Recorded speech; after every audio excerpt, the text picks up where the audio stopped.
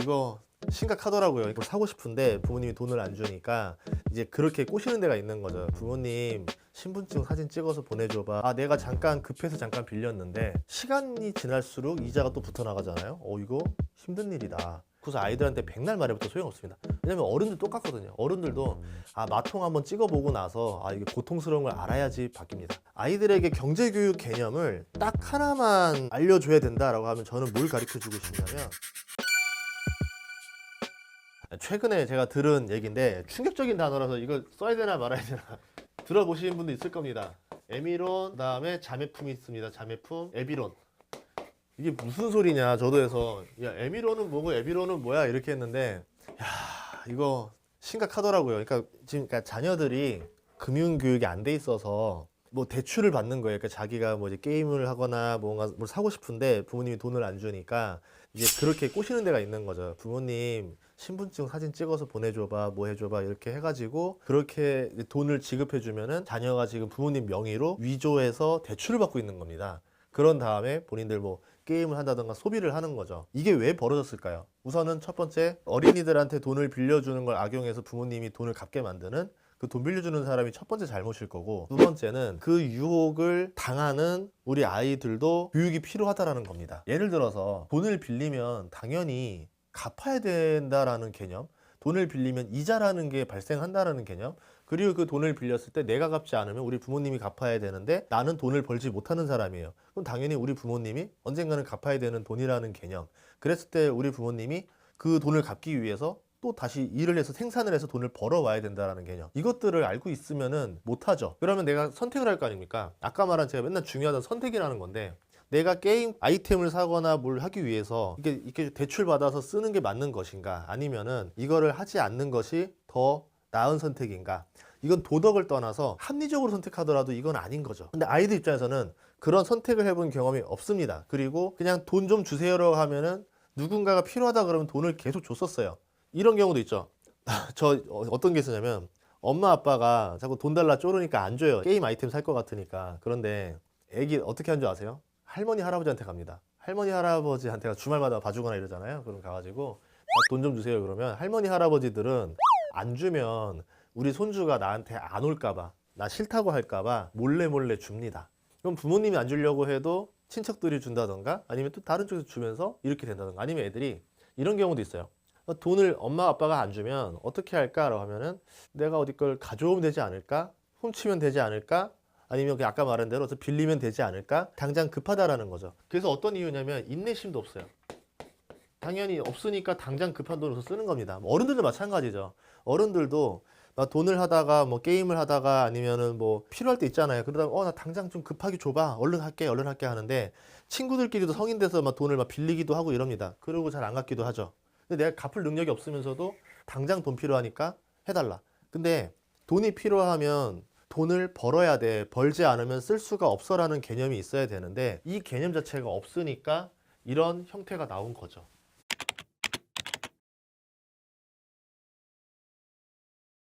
대출이라는 개념도 할 수 있고 놀이도 할 수 있어요. 예를 들어서 저는 예전에 어떻게 했었냐면, 저는 반에서 애들 직업을 만들어 줬었어요. 청소를 하면은 한 달에 얼마, 뭐 한 달에 얼마인데 돈이 아니라 포인트라는 걸 줬습니다. 그런데 이제 이 친구들이 만약에 또 소비를 해야 될 거 아니에요. 예를 들어 내가 뭐 매달 자리를 선정하는데 가장 최고가의 입찰 넣은 친구 순으로 자리를 배치해줬어요.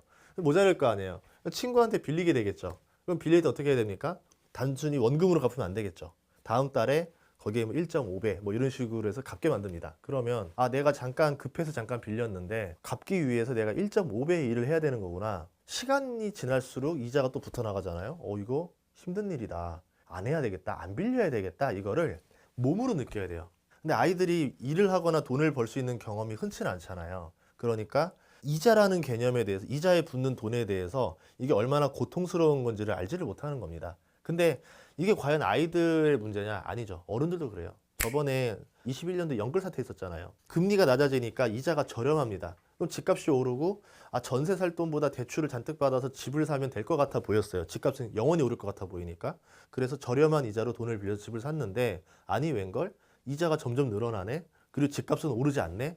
이렇게 되면서 이자를 갚는 게 너무 고통스러워지는 거죠. 어른들도 이제 겪기 시작한 겁니다. 그러니까 그 어른들도 마찬가지로 어렸을 때 이 이자라는 개념을 경험해 보지 못했단 말이에요. 사회초년생 때 사회 딱 그 직장 구하자마자 은행에서 연락 옵니다. 마이너스 통장 해주겠다고 바로 연락 와요. 그래서 저도 되자마자 3천만 원 해주겠다 해서 이제 해봤는데 이게 너무 무서워요.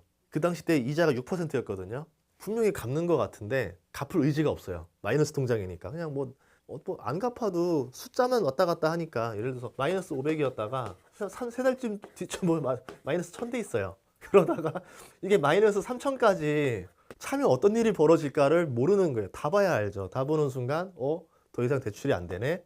그리고 이제 뭐 합니까? 이렇게 되면은 또 연장을 해요. 마이너스 3000인 상태에서 계속 연장으로 갔습니다. 이 개념을 살고 있는 거예요. 이게 지금 사회초년생도 이렇게 살고 있어요. 그런데 이게 연봉이 올라가잖아요. 그러면 여기서 4로 바뀌어요. 여기서 5로 바뀌어요. 그러니까 직장 시간이 늘어날수록 한도가 더 늘어나네, 이 개념만 알고 있는 거죠. 그러니까 이 돈 갚는 게 얼마나 고통스러운지 한번 해보세요. 그러니까 마이너스 3천 지우려면은 얼마나 피와 땀이 노력이 필요한지. 그럼 자녀들한테 똑같은 공식 적용할 수 있겠죠. 자녀들한테 돈 한번 빌려줘 보세요. 예를 들어서 엄마 나 어떤 장난감 너무 갖고 싶어요. 그래 갖고 싶어? 그러면 엄마가 10만 원 빌려줄 건데 대신에 이번에 1년 안에 12만 원으로 갚아야 돼. 그리고 그러면 한 달에 10,000원씩 갚아야 돼 라고 해서 할부 개념까지 넣어주세요. 그런 다음에 대신에 심부름하면 뭐 어떤 비용이 있을 거 아니에요. 그거를 해야 되는 거죠. 너 이번 달 안에 10,000원 갚아야지. 그러면 빨리 채워야지 라고 했을 때 엄마 뭐 왜 이렇게 빡세게 굴어요? 그럼 아니 그 원금 갖고 오던가 지금 다 갚던가 라고 해야 되는 겁니다. 그러니까 이 경험을 조금이라도 해보면 이게 빌리는 거는 안 되는 거구나. 그 경험을 해보지 않고서 아이들한테 백날 말해봤자 소용없습니다. 왜냐면 어른들 똑같거든요. 어른들도 마통 한번 찍어보고 나서 이게 고통스러운 걸 알아야지 바뀝니다. 그래서 아이들에게 약간의 경험을 시켜줄 필요가 있다 생각합니다. 아이들에게 경제교육 개념을 딱 하나만 알려줘야 된다라고 하면 저는 뭘 가르쳐주고 싶냐면 기회비용만 알려줘도 된다 싶어요. 기회비용은 뭐냐면 내가 A를 택했을 때 A를 택함으로 인해서 B를 포기해야 됩니다. 굉장한 딜레마죠. 우리는 매번 선택의 상황에서 항상 놓여요. A냐 B냐인데 예전에 그 이휘재가 그래 결심했어 해가지고 인생극장이라는 거 있잖아요. 이 과정에서 몰라요. 자 봅시다. A를 택하는 게 좋을지 B를 택하는 게 좋은 결과가 나올지는 알 수가 없어요. 이게 뭐냐면 불확실성이라는 게 있는 거예요. 결과가 확실히 보이는 거면 당연히 확실히 무언가를 택하는 게 낫겠죠. 근데 모른다는 거예요. 예를 들어서 게임이 있고요. 공부가 있어요. 아이들 관점으로 생각해 볼게요. 부모님 관점에서는 당연히 이건 안 되는 거지. 이건 무슨 이런 걸 해. 당연히 공부해야지. 시험이 얼마 안 남았는데 이러잖아요. 근데 애들 입장에서는요. 불확실성이라는 계산을 넣기 시작합니다. 이 시간에 내가 게임에서 당장 즐거운 게 날 것인가. 그리고 내가 지금 불안감이 높다 보니까 스트레스를 해소하는 게임을 선택하고 게임으로 스트레스를 안정시킨 다음에 공부를 하는 게 날 것인가. 이게 아이들 관점이에요.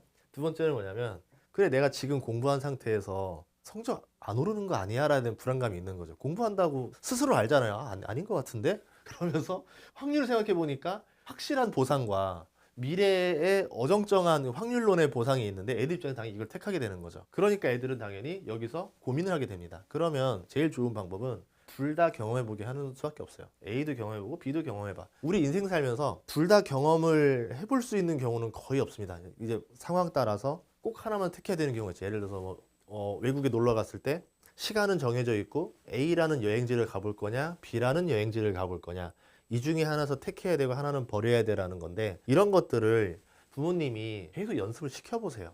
이 얘기가 왜 그러냐면 기회비용을 더 좋은 걸 선택하라는 얘기가 아닙니다. A를 택함으로써 B를 포기했을 때 그 고통도 있고요. 결과에 대한 책임감이 있잖아요. 그거를 좀 경험해 보라는 거예요. 내가 A를 택하면요. B에 대해서 벌어지는 그 고통은 내가 스스로 견뎌야 되고 A를 택했지만 결국 내가 생각했던 결과가 아니라 좀 더 나쁜 결과가 나왔어 라는 거를 스스로가 선택했기 때문에 스스로 책임을 질 수 있는 그 경험이 필요하다는 겁니다. 요새요 선택을 못하게 하니까 애들이 기회비용이라는 거를 모르고 선택을 못합니다. 그냥 저 A도 갖고 싶고 B도 갖고 싶어서 다 해보고 싶어요. 그랬더니 엄마가 그래 A도 해주고 B도 해줄게 이래버립니다. 그럼 당연히 기회비용이라는 개념이 박살난 상태로 들어가는 거죠. 그런 상태로 실패할까봐 애들이 두려워합니다. 그런 상태에서 아이들이 그러면 책임을 안 지고 싶어 하죠.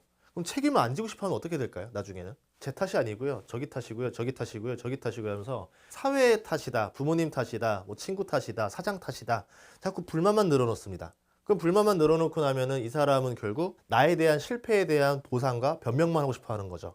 그럼 결국은 이거 하나만 잘 가르쳐도 우리 자녀가 진취적인 사람 만들 수 있는 건데, 이거를 안 가르쳐 놓으면은 너무 많은 걸 잃게 되는 거죠. 부모님이 실질적으로 기회비용으로 좀 날리고 있는 겁니다. 우리 자녀의 시간은 20년밖에 없어요. 성인까지. 그럼 20년 안에서 내가 어떤 걸 택하고 어떤 거를 포기해야 될 것인가. 자녀한테 A, B를 다 줄 수는 없다. A를 줄 것인가 B를 줄 것인가를 부모님도 택을 해야 됩니다. 여행을 가더라도 길게 잡지 마세요. 타이트하게 잡아주세요. 그러니까 예를 들어서 여행 예산을 짜는 거예요. 우리 가족 4인 가족 500만 원 안에 무조건 가야 돼. 그러면은 고민을 하기 시작합니다. 아까 말한 기회비용인데, 비행기에 투자할 것이냐, 이제 비행기를 비즈니스 클래스를 타고 숙소를 안 좋은 데서 잘 것인가, 숙소를 좋은 데서 자고 이코노미를 탈 것인가, 선택을 해야 되겠죠. 그거를 부모님이 알아서 결정하면요, 나중에 자녀 이럽니다. 비행기 왜 이렇게 좁아? 이러고 이제 숙소가 왜 이렇게 안 좋아? 이러면서 투덜투덜 돼요. 근데 본인이 짜보잖아요. 아, 이런 이유로 부모님이 비행기 거리가 짧으니까 비행기 좀 조금만 고통스럽더라도 나중에 숙소에서 편안한 곳을 즐기려고 선택했던 거구나. 그 숙소도 여러 가지입니다. 시설이 좋지만 위치가 안 좋은 데가 있고요. 위치는 너무 좋은데 시설이 너무 안 좋은 데가 있어요. 근데 여행을 중심으로 뭐 이제 투어를 다니려면은 위치가 좋은 데를 선택해야 되는 거고, 그런 거에 따라서 애들이 뭘 택하고 뭘 포기할 것인지를 계속 결정해 보는데, 제가 예전에요, 많은 사람들이 모르는데 여행 유튜버 있었어요. 아주 경제 유튜버인데, 제 유튜브 스승이 여행 유튜버여가지고 잘못 배워가지고 경제 유튜버인데 계속 여행 다니면서 했습니다. 그러던 시절이었는데, 그때 보니까 아, 여행이라는 게 정말 많은 불확실성을 던져줍니다. 제가 태국에 갔다 쳐요. 태국이 뭔지 어떻게 알아요? 여기서 뭘 해야 되는지도 모르고. 그런 상황에서 불안함과 이런 상태에서 A를 택할 거야 B를 택할 거야 물어보는 것 자체가 저도 모르는 행위인 거예요. 다 같이 몰라요. 모험이죠. 그 모험에서 A를 택하니까 이런 경험이 나오더라. B를 택하면 어떤 결과 나올지 난 감은 모르겠다. 그때 제가 배웠던 게 뭐냐면, 이 동네는요, 되는 것도 없고 안 되는 것도 없습니다 말하는 사람들이 되게 많았었어요. A를 택하든 B를 택하든 그 결과에 내가 그냥 책임을 지고 하면 되는 겁니다. 예를 들어 투어도 내가 이 짧은 시간 안에 우리가 10개라는 걸 할 수 있는데 희소성이 생긴 거죠. 3일 안에 할 수 있는 투어를 찾아보자. 몸이 좀 고통스럽더라도 이 3일 안에 꽉꽉 다 집어넣을 것이냐, 아니면 여기서 몇 가지만 하고 나머지는 포기를 할 것이냐, 이런 선택을 계속 해봐야 되겠죠. 여행이 가장 짧은 시간 안에 선택을 많이 해보는 경험이라서 자녀들과 여행을 한번 좀 같이 짜보시는 거를 추천드려요. 경제교육에 대해서 이야기를 했는데, 경제교육은요, 단순히 이렇게 말 몇 마디로 끝나는 게 아니에요. 여러분들이 듣고 해보고 이거 안 되네 수정해보고, 그러면서 왜 안 됐지라는 걸 계속 이제 분석을 해야 되겠죠. 그렇게 하다 보니까 이 방법이 통한다 하면서 이 방법 자녀들한테 너무 잘 통해요. 이 방법 적용하니까 우리 애가 바뀌었어요. 물론 단기간에 바뀌지도 않습니다. 뭐 1년 정도의 시간을 뒀더니 우리 애가 정말 많이 바뀌었어요. 정말 경제적인 선택을 하는 아이로 바뀌었습니다. 이 과정이 되려면요, 제 몇 마디 듣고 따라한다고 되는 거 아니에요. 해보시고요, 실패도 해보시고 반성도 해보시고 분석도 해보시고 아니면 약간 응용도 해보시고 하면서 계속 테스트를 해보셔야 됩니다. 그렇게 하려면 어떻게 해야 되냐면, 계속 제 채널을 같이 봐주시면 좋을 것 같아요. 저도 이 이야기를 단편적으로 얘기할 게 아니라 이거에 대해서 응용편, 기본편, 바꾸는 방법, 왜 실패하는지, 이렇게 실패할 때는 어떻게 바꿔야 되는지를 계속 알려드릴 거니까 여러분들이 이 영상을 꾸준히만 봐주셔도 충분히 도움이 될 거라 보거든요. 아마 이거는 교과서에도 없는 거고 책에도 없는 거고 어디에서도 없는 내용 드릴 겁니다. 제가 그거를 계속 알려드릴 테니까 구독과 좋아요 눌러주시면 감사하겠습니다.